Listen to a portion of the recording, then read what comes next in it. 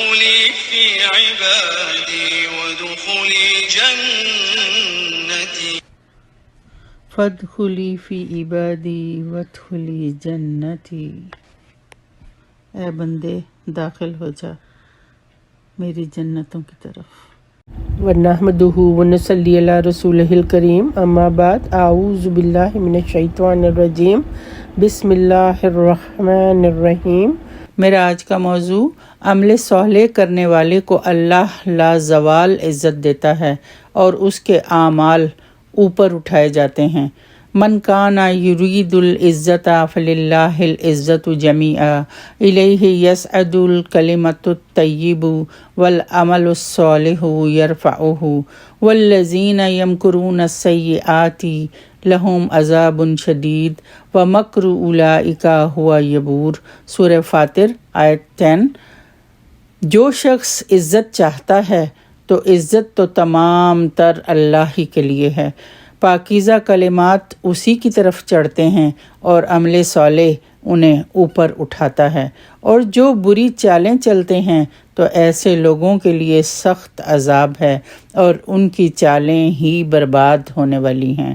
اس آیت میں یہ بتایا گیا ہے کہ جو شخص عزت اور قوت کا طلبگار ہو تو اس کو یہ سمجھ لینا چاہیے کہ وہ اللہ کے سوا کسی کے بس میں نہیں۔ یہ آیت قریش مکہ معظمہ کے ان سرداروں کے بارے میں ہے کہ جو نبی صلی اللہ علیہ وسلم کی دعوت کو ناکام کرنے کے لیے ہر جھوٹ اور ہر فریب اور ہر مکر سے کام لے رہے تھے۔ یہ لوگ در حقیقت حضور صلی اللہ علیہ وسلم کے متعلق کسی غلط فہمی میں مبتلا نہ تھے، بلکہ خوب اچھی طرح جانتے تھے کہ آپ صلی اللہ علیہ وسلم کس چیز کی طرف بلا رہے ہیں، اور آپ کے مقابلے میں وہ خود کن جہالتوں اور اخلاقی برائیوں کو برقرار اور قائم رکھنے کے لیے کوشاں ہیں۔ یہ سب کچھ جان لینے کے بعد اور سمجھ لینے کے بعد بھی ان کا فیصلہ یہی تھا کہ محمد صلی اللہ علیہ وسلم کی بات کو نہیں چلنے دینا۔ اس مقصد کے لیے انہوں نے ہر اوچھے سے اوچھا ہتھ کنڈا استعمال کیا۔ انہیں یہ معلوم تھا کہ اگر محمد صلی اللہ علیہ وسلم کی بات چل گئی تو ہماری بڑائی ختم ہو جائے گی اور ہمارا اثر و رسوخ مٹ جائے گا، اور ہماری جو عزت سارے عرب میں بنی ہوئی ہے وہ خاک میں مل جائے گی۔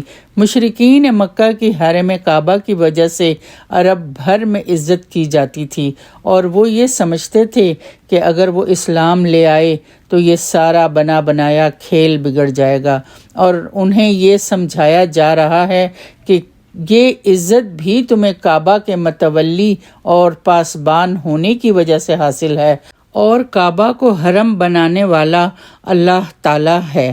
تم اور تمہارے معبودوں میں یہ طاقت نہیں تھی کہ تم مکہ کو حرم بنا سکتے۔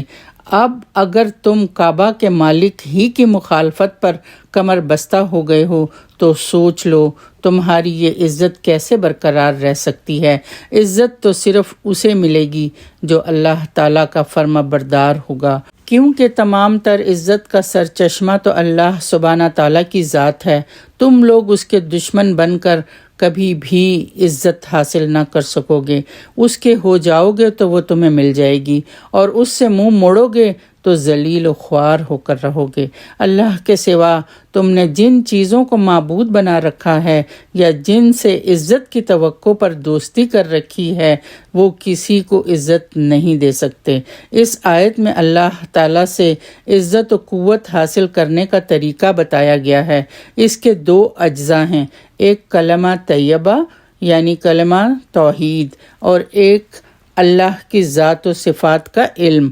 دوسرا عمل صالح یعنی دل سے ایمان لانا اور پھر ایمان کے تقاضے کے مطابق شریعت پر عمل کرنا۔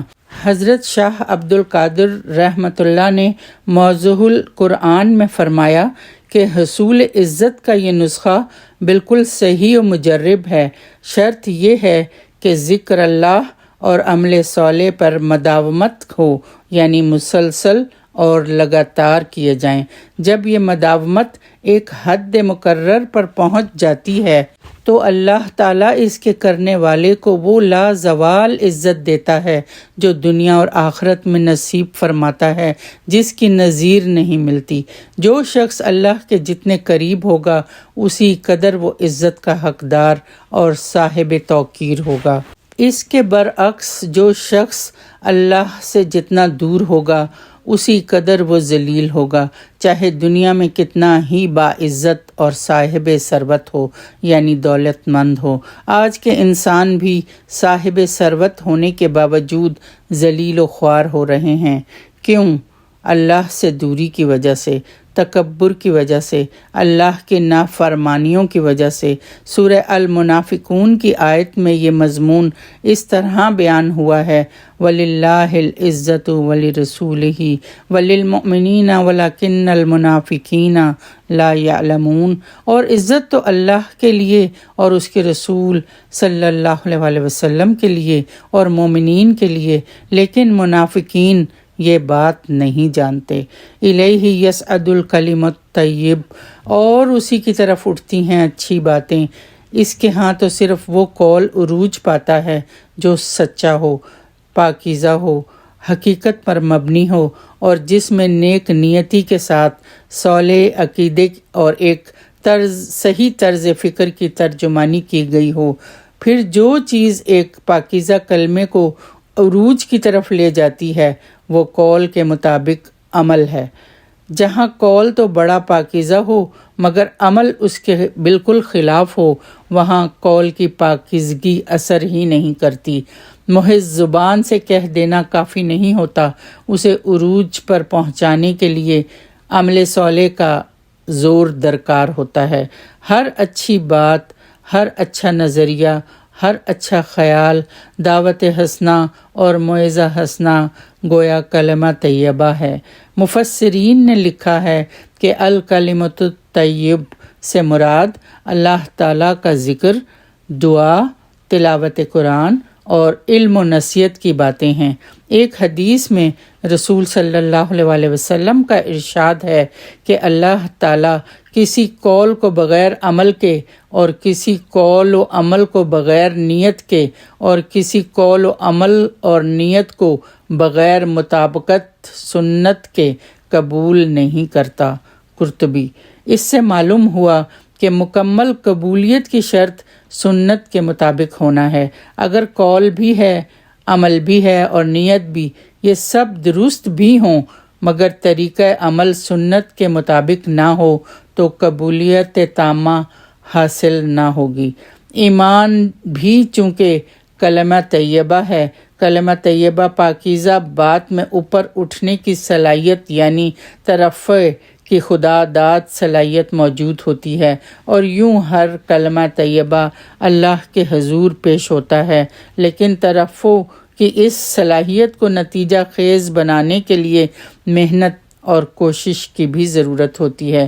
اسی لیے فرمایا گیا والعمل الصالح یرفعہ، اور عمل صالح اسے اوپر اٹھاتا ہے۔ یعنی ایمان، یقین، اچھے خیالات، اچھے نظریات اور اچھے عزائم اکیلے مطلوبہ نتائج حاصل نہیں کر سکیں گے جب تک ان کے ساتھ محنت اور تگ و دو نہیں ہوگی۔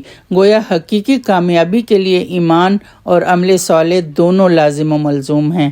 جس طرح کلمہ توحید اور تسبیحات بغیر عمل صالح کے کافی نہیں، اسی طرح عمل صالح اور امر و نواہی کی پابندی بھی بغیر کثرت ذکر اللہ کے بے رونق رہتی ہے۔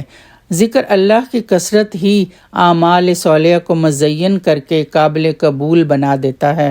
اور پھر اسی آیت میں آگے اللہ تعالیٰ فرماتے ہیں والذین یمکرون السیئات لہم عذاب شدید، اور جو لوگ بری سازشیں کر رہے ہیں ان کے لیے سخت سزا ہوگی۔ ومکر اولئک ھو یبور، اور ان کی سازشیں ناکام ہو کر رہ جائیں گی۔ کفار مکہ کی چالیں ان پر ہی الٹی پڑیں حتیٰ کہ مکہ فتح ہو گیا اور کفر کی کمر ٹوٹ گئی۔ جنگ بدر کے مقام پر اللہ نے انہیں شکست فاش سے دوچار کیا۔ ان کے 70 بڑے بڑے سرغنے قتل ہو گئے جنہیں نہایت ذلت کے ساتھ قلیب بدر میں پھینک دیا گیا، اور اتنے ہی آدمی قید ہو گئے تو ان سب کے کس بل نکل گئے۔ آج ہمارے حکمرانوں کے لیے بھی عبرت ہے، بری چالیں واپس پلٹ کر اپنے کرنے والے پر ہی پڑتی ہیں۔ برے کاموں کا برا ہی انجام ہوتا ہے، برے کاموں کے کرنے سے ذلت و رسوائی ہی مقدر بنتی ہے، دنیا بھی دھتکارتی ہے اور اللہ کے ہاں بھی انسان اپنا مقام گرا لیتا ہے۔ پر افسوس کے ساتھ کہنا پڑتا ہے کہ انسان جب برائی پر کمر باندھ لیتا ہے تو اسے پھر اللہ کی ناراضگی کی بھی پرواہ نہیں رہتی۔ لیکن انسان کو یہ یاد رکھنا چاہیے کہ اللہ سبحانہ تعالیٰ کے ہاں عزت اور توقیر صرف تقوی والوں کو ہی ملتی ہے، یعنی اللہ سے ڈرنے والوں کو ملتی ہے۔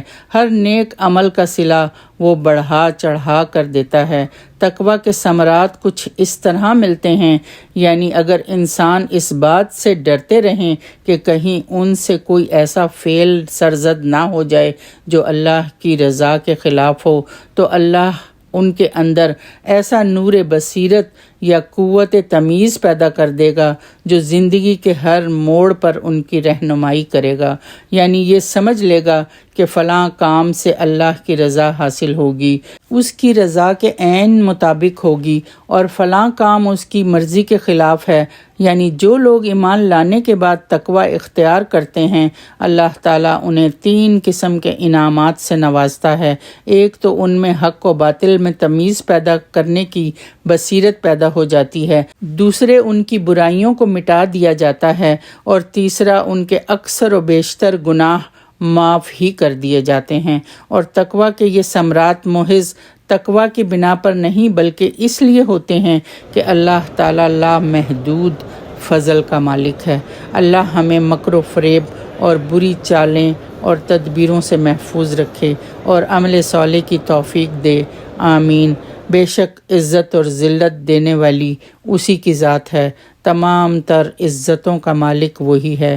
فللہ العزت جمیعا وآخر دعوانا ان الحمد للہ رب العالمین۔